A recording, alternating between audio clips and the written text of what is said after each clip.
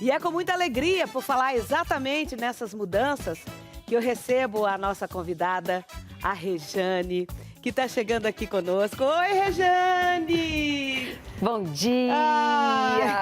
Bom dia, Cleide! Bom dia, você que tá nos assistindo. Gente, que delícia, que lugar que ficou lindo esse Não aqui. É? Sua produção tá de parabéns, tá maravilhoso. É, tá mesmo, muito legal. Vamos sentar, a casa é sua, fica à vontade. Vamos estrear esse sofá novo. Só. Aliás, você, né? Porque eu já tô uma semana aqui. Mas eu tava até com saudade, Cleide. Que bom estar aqui de novo. Pois é, e eu tava falando exatamente, Rejane, e a gente sempre falou, nós duas aqui na segunda-feira, que é sempre as segundas-feiras que você vem, como é bom a segunda-feira. Que tem pessoas que falam assim, você tá doida? Segunda-feira a gente levanta com preguiça, porque a gente ficou na preguiça o domingo inteiro.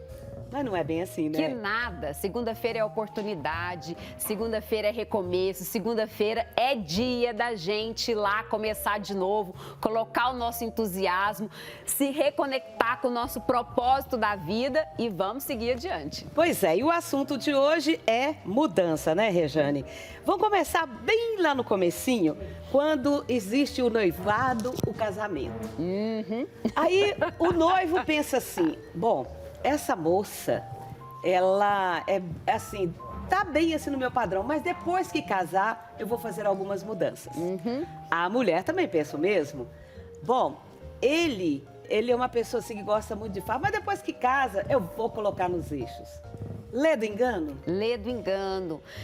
E quando a gente fala de transformação, tem uma coisa muito importante que é assim, transformar a gente pensa, vamos pensar daqui para frente, vamos pensar lá para o futuro.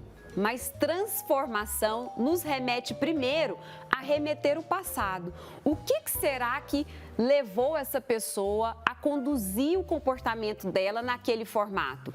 Porque o nosso comportamento é um comportamento, né, na grande maioria das vezes, como uma tentativa de adaptação a coisas que a gente já enfrentou.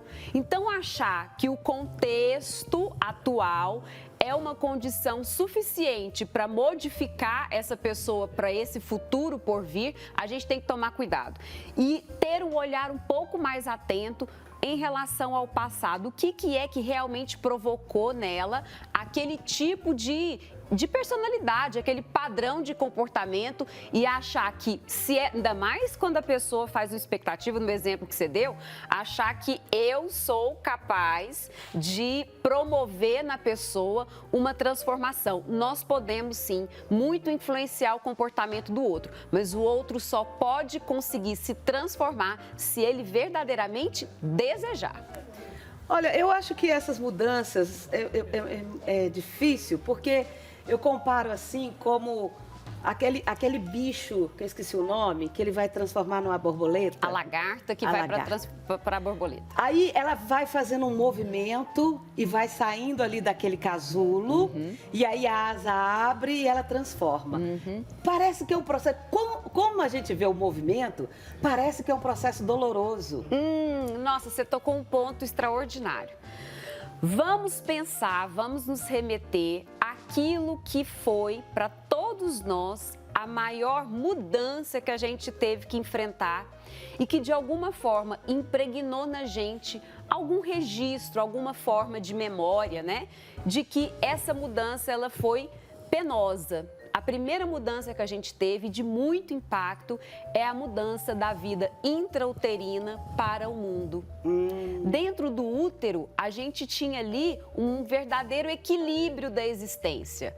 A temperatura ideal, né? A posição, o alimento, e a gente sai desse lugar que a gente pode chamar de paraíso e vai para um mundo externo em que a gente muito se assusta, né? Deixa de receber líquido e recebe ar. Num primeiro momento, a temperatura muda o nosso eixo gravitacional, a gente deixa de sentir o contorno que a gente sentia em função do líquido amniótico e passa a sentir o ar sem ter como organizar de maneira imediata. Então, a primeira mudança que todo ser humano teve já foi uma mudança que muito assustou. E a gente continuou a ter essa sensação de que mudança é algo que provoca na gente uma reação até mesmo de medo. Pessoal, todo comportamento que a gente tem, todo comportamento cria no nosso cérebro uma rota conhecida. Então, aquilo que a gente faz da mesma forma, a gente automatiza esse comportamento. Para a gente sair do automatismo, a gente tem que ter um esforço a mais. Inclusive fisiologicamente, o nosso cérebro tem que encontrar agora outras rotas, né, de caminhos, de sinapses, de neurônios que vão agora falar assim, opa, eu tenho que sair do habitual e fazer diferente. E isso gera em mim uma provocação, um gasto energético a mais. Então, mudar verdadeiramente não é uma tarefa muito simples. Agora, quando é que eu tenho que perceber que eu tenho que mudar? Isso é de cada um ou é a exigência de mais do outro? Para cada pessoa existe uma situação específica. Agora a gente tem que lembrar também, Cleide, que a mudança, a verdadeira mudança para cada pessoa vai fazer sentido quando ela de fato está sentindo que aquele jeito de funcionar está sendo disfuncional na vida dela. Ou porque está causando nela um desconforto, não atende mais às atuais demandas que ela tem, ou hoje ela já pode, né, usufruir de um bem viver melhor do que ela estava vivendo, ou porque às vezes está realmente atrapalhando ela, assim, travando a vida dela. Esse seria o motivo primário da gente falar, opa, desse jeito para mim não dá. Eu realmente preciso provocar em mim um outro jeito de funcionar. Mas o que acontece? Muitos de nós, a gente muitas vezes chega nesse ponto. A gente começa a falar, olha, não dá para eu continuar desse jeito. Mas a gente fica fixado numa fase que a gente chama de contemplação. A gente contempla essa mudança, contempla, mas não age. A gente olha, parece que eu sei que não está legal, eu sei que eu preciso fazer diferente, eu contemplo essa mudança, mas eu não parto para a ação. Rejane, semana retrasada eu vi uma entrevista numa rádio falando sobre lideranças em empresas. E eu achei muito interessante que uma autora lá estava lançando um livro que se chama Fim das Lideranças Tóxicas. O título é bem sugestivo e pelo que ela estava falando, deve ser muito interessante mesmo. A gente está falando de uma mudança pessoal. Vamos botar aqui um pouquinho mais de lenha nessa fogueira e vamos falar de mudanças corporativas dentro de uma empresa, dentro de um espaço que seja pequeno. Um salão de beleza, por exemplo, que tem 3 funcionárias trabalhando. E que uma delas não é muito educada com a cliente. Como que essa pessoa que está nos vendo agora, que é dona desse salão, pode chegar para essa pessoa para pedir mudanças? E agora, olha, você está trazendo algo super atual, de uma discussão muito atual. Eu não sou da área, né, organizacional, mas dessa leitura da realidade produtiva, o ser humano galgou aí algumas etapas. Nós tivemos a etapa da necessidade de ter um conhecimento muito especializado para a gente conseguir atender as demandas, né, de serviços e produtos no mundo e tal. Hoje, a gente ainda precisa de conhecimento especializado, mas a gente tem que também incluir, faz parte, né, do bom funcionamento de alguma empresa, alguma coisa, esse acolhimento entre as pessoas. Hoje não dá para deixar isso à margem. Não adianta você ir num estabelecimento que seja um salão de beleza, em que a pessoa faça ali uma boa tintura, um bom corte, se o cliente ele não se sentir no momento agradável da vida. Porque nós atingimos, enquanto humanidade, o acesso à sensação de conforto. Então, a gente quer hoje, ficar em casa, para muitas pessoas, né, é um ambiente confortável. Então, se eu vou sair da minha casa e vou para outro lugar, eu desejo que esse outro lugar me atenda também de uma forma prazerosa.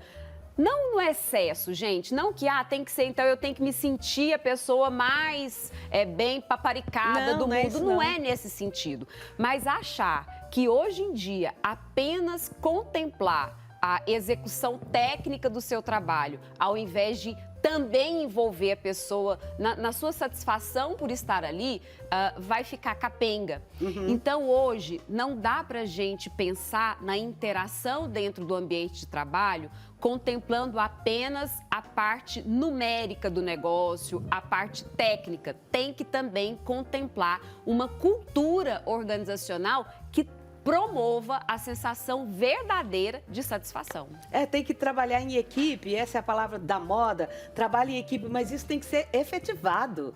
Tem que todo mundo ser uma pessoa só para o bem da empresa, para o nosso bem, para a nossa saúde. Isso, e aí vamos lá, porque quando a gente fala em transformação, seja individual, seja uma transformação numa equipe, nós temos que partir por alguns caminhos. O primeiro caminho é ter uma clareza maior onde é que a gente quer chegar. Às vezes as pessoas têm umas narrativas muito generalistas e não sabem exatamente onde ela quer chegar. Por exemplo, alguém pode virar e falar assim, eu queria parar de ser tão ansiosa. Mas vamos então descrever, vamos entender o que é que te deixa ansiosa e por que é que você fica ansiosa nesse contexto. Tem que investigar. Tem que investigar. Vou dar um exemplo qualquer aqui. Eu fico muito ansiosa, com medo, sei lá, do meu filho passar mal, alguma coisa nesse sentido. Mas, de repente, na hora que a gente vai esmiuçar, para aquela pessoa, o filho passar mal significa que ela vai ter que abdicar de um compromisso de trabalho que ela fez para ter que atender o filho. Então, não é à toa. Entendi.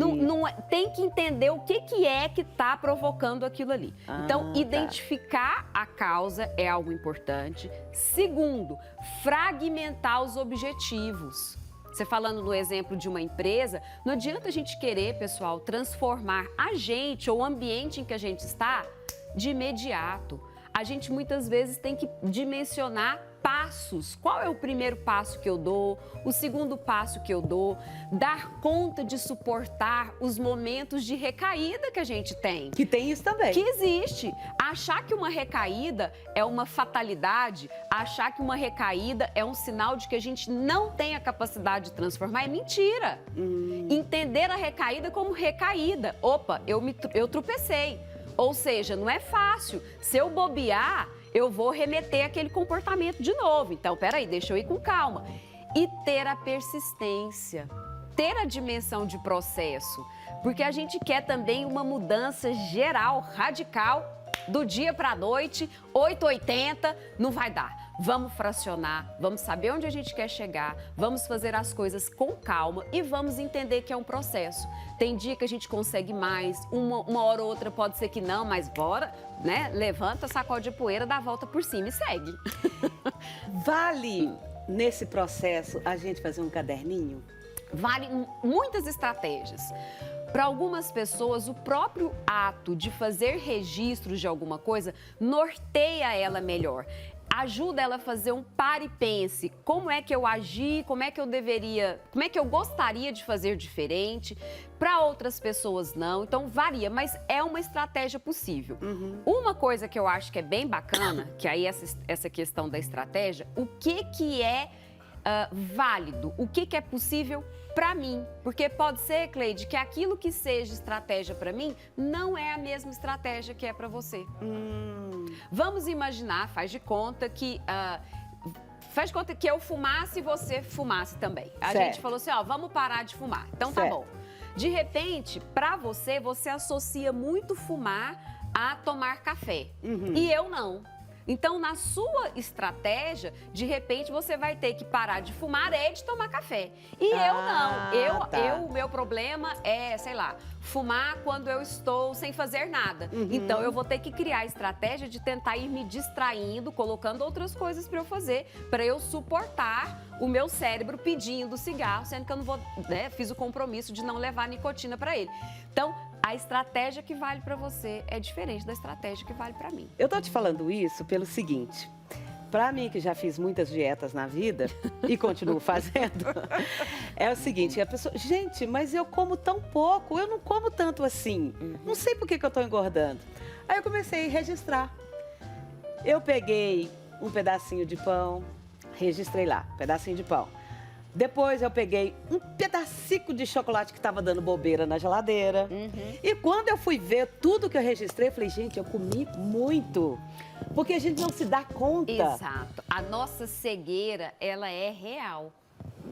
E aí, em vários sentidos. Então, de novo, ter clareza. Clareza com o que está acontecendo. Então, quando a gente fala, eu quero uma transformação, e a gente olha lá para o futuro, muito bem, transformação vai remeter uma versão melhor de cada um de nós. Ótimo. Mas primeiro a gente tem que ter, vamos lá, vamos olhar o que está acontecendo, o que é aqui no meu processo do dia a dia. Essa autoobservação, ela não pode ficar de fora. Porque senão, gente, a transformação fica algo muito fantasioso, como se fosse algo mágico. E não é. A transformação, ela é possível, mas a primeira coisa que a gente tem que fazer é ter lucidez dos nossos comportamentos, das nossas ações, lucidez frente às nossas emoções. Por que é que eu me senti desse jeito? Eu quero ser uma pessoa mais paciente. Eu tenho que ter mais paciência. Tá? Mas, de novo, o que é que te tira a paciência? O que é que te irrita? Tem alguma coisa aí falando para você, é um comunicado. A nossa emoção, mesmo quando ela é desconfortável, ela está dando um recado para a gente. E aí não adianta a gente achar que não precisa enxergar esse recado e achar que a nossa paciência vai ser algo mágico, que a gente vai... Não vai. Você até pode usufruir de mecanismos de meditação, obviamente a própria oração, que faz a gente se alinhar, acalmar o emocional. Mas tirar da gente a irritabilidade, a gente tem que saber o que é que está promovendo em mim esse lugar de pessoa que está ali com irritabilidade. Olha, está muito interessante esse assunto. Nós temos ainda algumas questões ainda para discutir, mas eu queria finalizar com o seguinte: quando é que eu tenho que me tocar, que eu tenho que mudar? É quando alguém está falando, muitas pessoas falando a mesma coisa? Ou quando às vezes nem fala, só dão uma olhadinha, sinais, porque o corpo fala. Fala. Não fala? Fala. Então, quando assim, ó, tem uma pessoa que, olha, eu não vou falar porque eu não quero ofender. Aí dá uma olhadinha. Aí o mais atrevido vai e fala, ô filho, pô mãe, aí tá demais, né? Às vezes o marido fala, olha, você tem que mudar. E já estão falando há muito tempo. O comportamento que a gente tem, o ser humano, ele tem um comportamento social. Aí eu queria só fazer um parênteses aqui, a gente tomar um pouquinho de cuidado, assim, pra gente não ir naquele efeito de manada, assim, tá todo mundo desse jeito, então eu também tenho que. Tá todo mundo falando, vamos pegar aqui, todo mundo utiliza redes sociais, mas eu não quero. Não, mas tá todo mundo utilizando, então eu tenho... Não, gente, não é por aí. Não é no comportamento, assim, porque tá todo mundo me falando, então, é claro, se for um comportamento que também me traz prejuízo, então, assim, tá todo mundo falando que eu estou bebendo demais. Ué, isso aí tem que ter um sinal para mim. Tem alguma coisa que tá importante, que tá alarmando, né? É um sinal de alarme. Mas não é porque todo mundo está comentando alguma coisa que necessariamente vai despertar em mim uma mudança. Eu acho que o que verdadeiramente desperta numa pessoa a mudança é o desejo dela. É quando ela chega num lugar que ela vira e fala, puxa vida, eu poderia estar mais feliz. É ali no momento, gente, de alguma dor, de algum descontentamento, de uma frustração, de uma provocação mesmo. A vida não é só pra gente não ser triste. A vida não é pra gente só não ser irritado. A vida é pra gente promover aqui uma sensação de entusiasmo, né? Lembrando dessa palavra, ardor divino dentro de si. É pra gente colocar pra fora coisas muito boas, que fazem bem pra gente, pro lugar onde a gente vive. Então, quando a gente enxerga que, puxa, eu quero realmente fazer uma reatualização, a gente não reatualiza os nossos celulares, os programas, a gente não tem as novas versões. Eu poderia tentar ir para uma outra versão que vai me trazer uma sensação de bem-estar e isso é muito bom. Regiane, muito obrigada pela sua participação hoje, né? Essa visita maravilhosa aqui no meu sofá. Eu que agradeço. Espero você da próxima vez. Eu que agradeço e que a gente tenha uma boa semana e acreditando nas possibilidades de transformação. Vamos olhar pra gente com maior positividade, com maior otimismo. É possível. Com certeza.